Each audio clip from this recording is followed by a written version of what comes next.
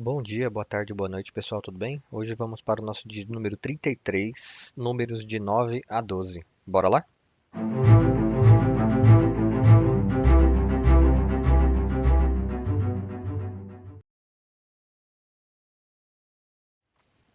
Números 9. O Senhor falou com Moisés no deserto do Sinai, no primeiro mês do segundo ano depois que o povo saiu do Egito. Ele disse: Os israelitas devem celebrar a Páscoa na ocasião própria. Celebrem-na no tempo determinado, ao pôr do sol do 14º dia deste mês, de acordo com todas as suas leis e ordenanças. Então Moisés ordenou aos israelitas que celebrassem a Páscoa.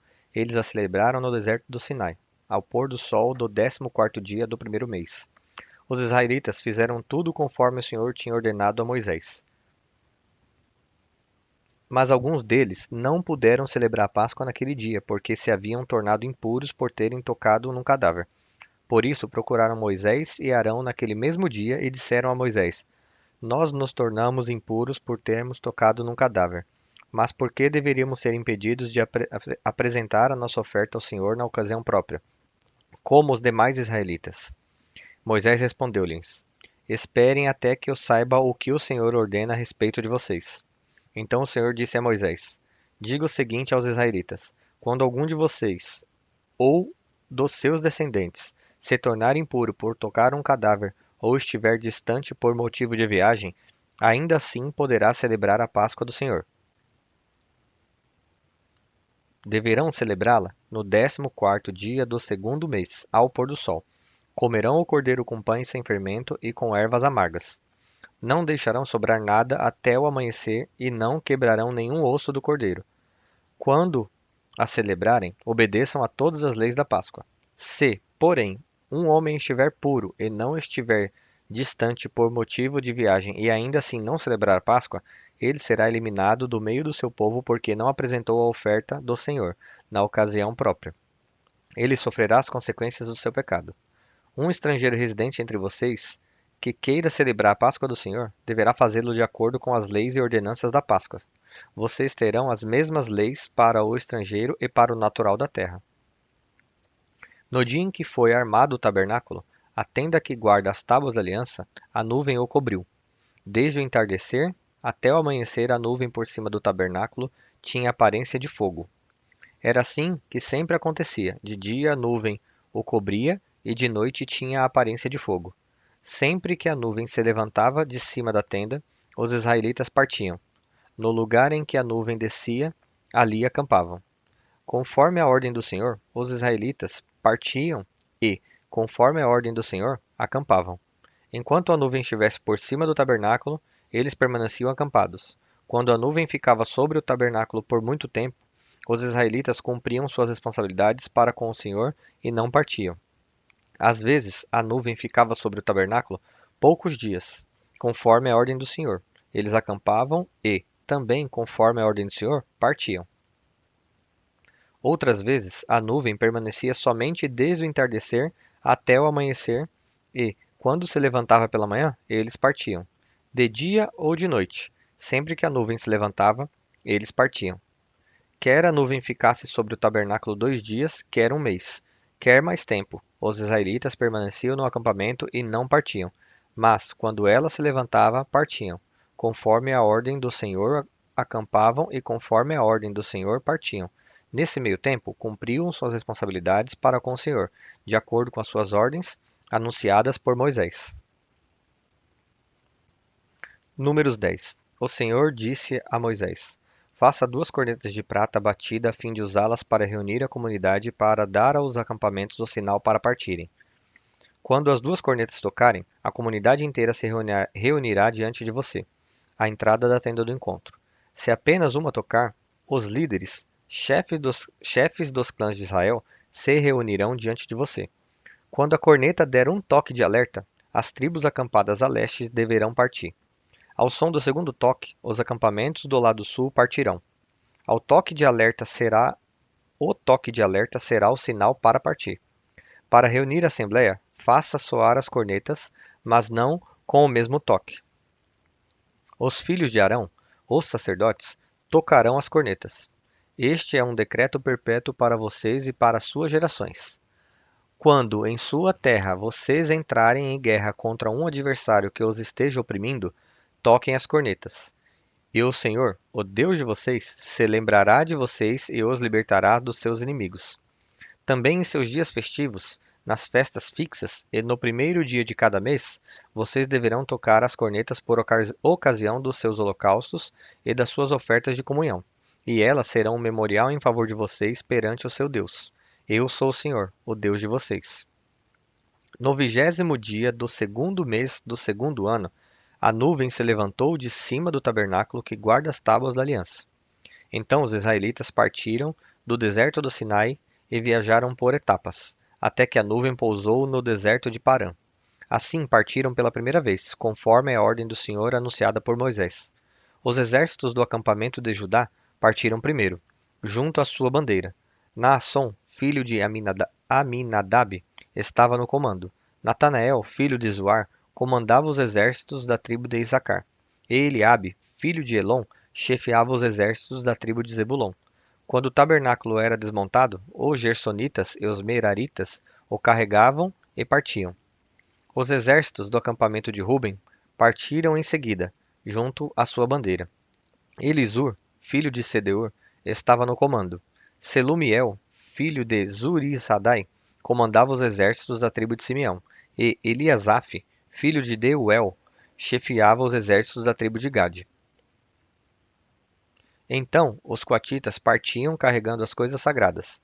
Antes que eles chegassem, o tabernáculo já deveria estar armado. Os exércitos do acampamento de Efraim partiram em seguida, junto à sua bandeira. Elissama, filho de Amiúde, estava no comando. Gamaliel, filho de Pedazur, comandava os exércitos da tribo de Manassés. E Abidã, filho de Gideone, os exércitos da tribo de Benjamim. Finalmente partiram os exércitos do acampamento de Dan, junto à sua bandeira, como retaguarda para todos os acampamentos. Aiezer, filho de Amizadai, estava no comando. Pagiel, filho de Ocrã, comandava os exércitos da tribo de Asser. E Airá, filho de Enã, a divisão da tribo de Naphtali. Essa era a ordem que os exércitos israelitas seguiam quando se punham em marcha. Então Moisés disse a Robabe, filho do midianita Reuel, sogro de Moisés: Estamos partindo para o lugar a respeito do qual o Senhor disse: Eu o darei a vocês. Venha conosco e o trataremos bem, pois o Senhor prometeu boas coisas para Israel. Ele respondeu: Não, não irei. Voltarei para minha terra e para meu povo. Moisés, porém, disse: Por favor, não nos deixe. Você sabe onde devemos acampar no deserto e pode ser o nosso guia. Se vier conosco, partilharemos com você todas as coisas boas que o Senhor nos der. Então eles partiram do monte do Senhor e viajaram 3 dias. A arca da aliança do Senhor foi à frente deles durante aqueles 3 dias para encontrar um lugar para descansarem. A nuvem do Senhor estava sobre eles de dia, sempre que partiam de um acampamento. Sempre que a arca partia, Moisés dizia: Levanta-te, ó Senhor, sejam espalhados os teus inimigos e fujam de diante de ti os teus adversários. Sempre que a arca parava, ele dizia: Volta, ó Senhor, para os incontáveis milhares de Israel. Números 11. Aconteceu que o povo começou a queixar-se das suas dificuldades aos ouvidos do Senhor. Quando ele os ouviu, a sua ira acendeu-se. O fogo da parte do Senhor queimou entre eles e consumiu algumas extremidades do acampamento. Então o povo clamou a Moisés. Este orou ao Senhor e o fogo extinguiu-se. Por isso aquele lugar foi chamado de Taberá, porque o fogo da parte do Senhor queimou entre eles. Um bando de estrangeiros que havia no meio deles encheu-se de gula, e até os próprios israelitas tornaram a queixar-se e diziam: se tivéssemos carne para comer! Nós nos lembramos dos peixes que comíamos de graça no Egito, e também dos pepinos, das melancias, dos alhos poró, das cebolas e dos alhos. Mas agora perdemos o apetite, nunca vemos nada, a não ser este maná. O maná era como semente de coentro e tinha aparência de resina.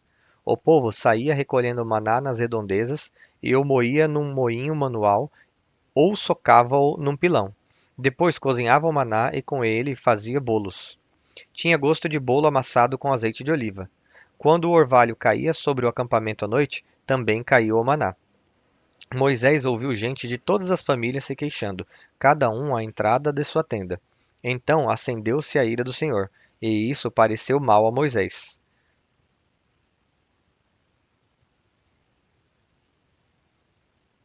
E ele perguntou ao Senhor: Por que trouxeste este mal sobre o teu servo? Foi por não te agradares de mim, que colocaste sobre os meus ombros a responsabilidade de todo esse povo? Por acaso fui eu quem o concebeu? Fui eu quem deu à luz? Por que me pedes para carregá-los nos braços, como uma ama carrega um recém-nascido, para levá-lo à terra que prometeste sob juramento dos seus antepassados? Onde conseguirei carne para todo esse povo? Eles ficam se queixando contra mim, dizendo: Dê-nos carne para comer. Não posso levar todo esse povo sozinho. Essa responsabilidade é grande demais para mim. Se é assim que vais me tratar, mate-me agora mesmo. Se te agradas de mim, não me deixes ver a minha própria ruína. E o Senhor disse a Moisés: Reúna 70 autoridades de Israel, que você sabe que são líderes e supervisores entre o povo. Leve-os à tenda do encontro, para que estejam ali com você. Eu descerei e falarei com você, e tirarei do espírito que está sobre você e o porei sobre eles. Eles o ajudarão na árdua responsabilidade de conduzir o povo, de modo que você não tenha que assumir tudo sozinho. Diga ao povo: consagrem-se para amanhã, pois vocês comerão carne. O Senhor os ouviu quando se queixaram a ele, dizendo: Ah, se tivéssemos carne para comer! Estávamos melhor no Egito. Agora o Senhor dará carne a vocês, e vocês a comerão. Vocês não comerão carne apenas um dia, ou 2, ou 5, ou 10, ou 20, mas um mês inteiro, até que saia carne pelo nariz de vocês e vocês tenham nojo dela, porque rejeitaram o Senhor, que está no meio de vocês, e se queixaram a ele, dizendo: Por que saímos do Egito? Disse, porém, Moisés: Aqui estou eu no meio de 600.000 homens em pé, e dizes: Darei a eles carne para comerem durante o mês inteiro. Será que haveria o suficiente para eles se todos os rebanhos fossem abatidos? Será que haveria o suficiente para eles se todos os peixes do mar fossem apanhados? O Senhor respondeu a Moisés: Estará limitado o poder do Senhor? Agora você verá a minha palavra, agora você verá se a minha palavra se cumprirá ou não. Então Moisés saiu e contou ao povo o que o Senhor tinha dito. Reuniu 70 autoridades dentre eles e as dispôs ao redor da tenda. O Senhor desceu na nuvem e lhe falou, e tirou do espírito que estava sobre Moisés e o pôs sobre as 70 autoridades. Quando o espírito veio sobre elas, profetizaram, mas depois nunca mais tornaram a fazê-lo. Entretanto, dois homens, chamados Eldade e Medade, tinham ficado no acampamento. Ambos estavam na lista das autoridades, mas não tinham ido para a tenda. O Espírito também veio sobre eles, e profetizaram no acampamento. Então certo jovem correu e contou a Moisés: Eldade e Medade estão profetizando no acampamento. Josué, filho de Num, que desde jovem era auxiliar de Moisés, interferiu e disse: Moisés, meu senhor, proíba-os. Mas Moisés respondeu: Você está com ciúmes por mim? Quem dera todo o povo do Senhor fosse profeta e que o Senhor pusesse o seu espírito sobre eles. Então Moisés e as autoridades de Israel voltaram para o acampamento. Depois disso, veio um vento da parte do Senhor que trouxe codornizes do mar e as fez cair por todo o acampamento, a uma altura de 90 centímetros, espalhando-as em todas as direções num raio de um dia de caminhada. Durante todo aquele dia e aquela noite, e durante todo o dia seguinte, o povo saiu e recolheu codornizes. Ninguém recolheu menos de 10 barris. Então eles a estenderam para secar ao redor de todo o acampamento.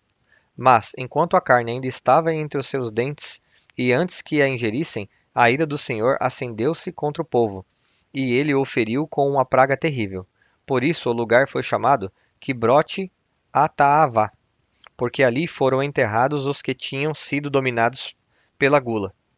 De Quirote a Taavá, o povo partiu para Azerote, e lá ficou.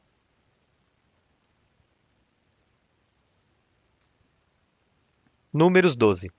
Miriam e Arão começaram a criticar Moisés porque ele havia se casado com uma mulher etíope.